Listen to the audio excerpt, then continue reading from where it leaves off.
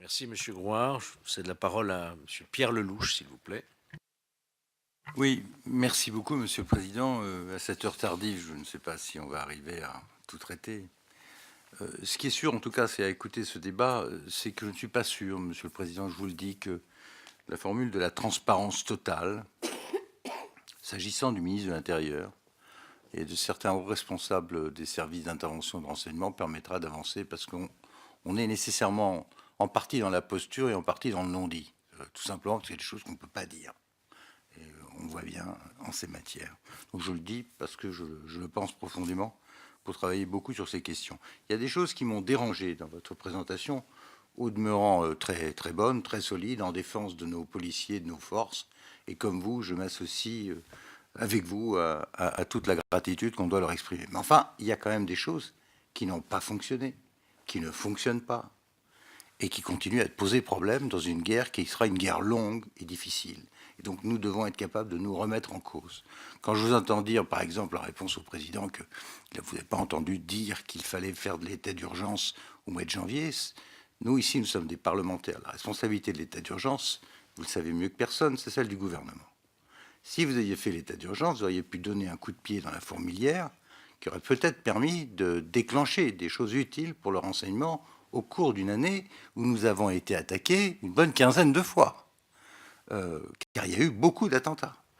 Certains ont eu de la chance, Thalys, par exemple, Villejuif ont eu de la chance, d'autres n'ont pas eu de chance. Le malheureux dans l'Isère qui s'est trouvé décapité, on n'a pas eu de chance. Donc on a été attaqué beaucoup de fois. Et vous dites que vous avez beaucoup déjoué, mais moi, si je fais un ratio entre ce qui a été déjoué, là où on a de la chance, et le nombre d'attentats, je suis honnêtement inquiet. Et je vous le dis parce qu'il se trouve que j'ai passé plusieurs jours en Israël récemment et que le taux là-bas de prévention des attentats est très très élevé parce qu'ils ont des attentats tous les jours. Et malheureusement, je crains que, à mesure que nous gagnons sur Daesh, nous ayons beaucoup de candidats à des attaques chez nous. Donc il faut augmenter le taux de prévention. Une fois que l'attentat a eu lieu, c'est trop tard. Après, on peut s'interroger sur les modus operandi dans la gestion de l'attentat lui-même, mais je ne veux pas déflorer le sujet du mois de mai. Le cœur, c'est la prévention. Et donc, la coordination du renseignement, l'endroit où l'information se partage et comment c'est répercuté sur les forces opérationnelles. Ça, plus la dimension européenne sur laquelle vous avez très justement insisté. Mais puisqu'on ne parle pas de renseignement aujourd'hui, je voudrais insister quand même sur deux choses en matière d'intervention. Un, la question du Bataclan a été justement posée. On a eu une attaque de théâtre à Moscou en 2002 qui a été épouvantable. Une autre à Beslan dans une école, épouvantable. Et je comprends ce que vous nous dites sur la doctrine d'emploi, s'assurer qu'on sécurise, etc. Mais enfin, quand vous avez beaucoup de gens par terre, blessés, et qui attendent 3 heures après des balles de guerre, ça fait beaucoup de morts à l'arrivée. Et donc ça doit impliquer, il me semble, au niveau opérationnel, un entraînement dédié et peut-être une réflexion, en effet, sur le changement de doctrine et sur l'action immédiate dans ce genre de cas. Et ce n'est pas une critique, car notoirement, un pays, une démocratie en temps de paix qui se trouve basculée en temps de guerre, elle tâtonne. Et donc il va falloir s'interroger, c'est aussi un des buts de cette commission, sur le mode opératoire. Idem sur Saint-Denis. Le procureur annonce 5000 cartouches. 3 personnes. Dans les 3 personnes, il y a une arme automatique. Est-ce que c'est comme ça qu'il fallait faire ou pas? C'est pas une critique. Là encore, l'immeuble aurait pu être piégé. C'est très compliqué. On sortait d'une période de dramatisation intense. Mais il y a un retour d'expérience, là aussi, qui mériterait d'être discuté. Peut-être pas en public, mais qui se pose. Idem sur l'identification des gens. Les Kouachi, les Koulibaly ont été vus, repérés par la police, parfois interceptés. Comment se fait-il que les mesures de contrôle aient été suspendues ou que ces gens puissent, l'un d'entre eux, accompagner sa compagne jusqu'en Espagne pour qu'elle prenne un avion jusqu'en Syrie, qu'on le retrouve ensuite dans un attentat, qui m'a d'ailleurs amené à ne pas voter votre loi sur le renseignement, parce que je considérais que ça ne sert à rien d'augmenter la pile d'informations si on ne sait pas utiliser celle qu'on a. Or, vous aviez sur Verviers, sur les buttes Chaumont, sur Molenbeek, tout un tas d'indications sur des gens qui ont ensuite participé à l'attentat. C'est ça qui me soucie. Est-ce qu'on est sûr qu'on sait exploiter les renseignements? C'est la question que beaucoup de gens se posent.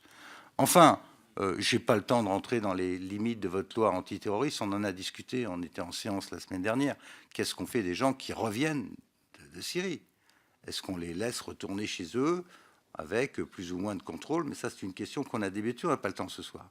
Une question parisienne, une double question parisienne, si vous le voulez bien, sachant que je suis le député des zones les plus attrayantes pour les terroristes. Tout ce qu'il y a de plus touristique à Paris, c'est dans ma circonscription. Des Champs-Élysées, à l'Opéra, en passant par les grands boulevards, la gare Saint-Lazare, j'en passe, c'est des meilleurs. Et tous les jours, je suis angoissé quand je regarde cette géographie parisienne.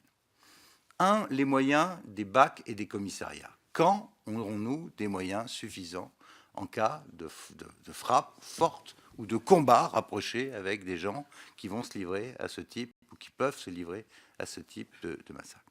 Deux, Monsieur le Ministre, et c'est une question qui n'a aucun caractère polémique, croyez-le, la maire de Paris envisage, comme vous le savez sans doute, de supprimer la circulation sur les quais bas sur la voie express, ce qui va, et donc donner ça aux piétons, aux vélos, c'est très bien, très sympathique, mais comment on fait, s'il y a un attentat, pour acheminer, j'ai noté votre chic, 125 véhicules de secours ou d'intervention le soir du Bataclan? Comment on fait pour traverser Paris si la circulation se borne sur les quais hauts de la Seine et que ces quais vont être absolument saturés?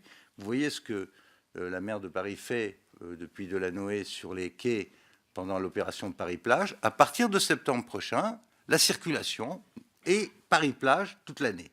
Comment est-ce qu'on concilie Paris-Plage toute l'année avec une situation de menace terroriste extrêmement grave, pour citer votre propre expression?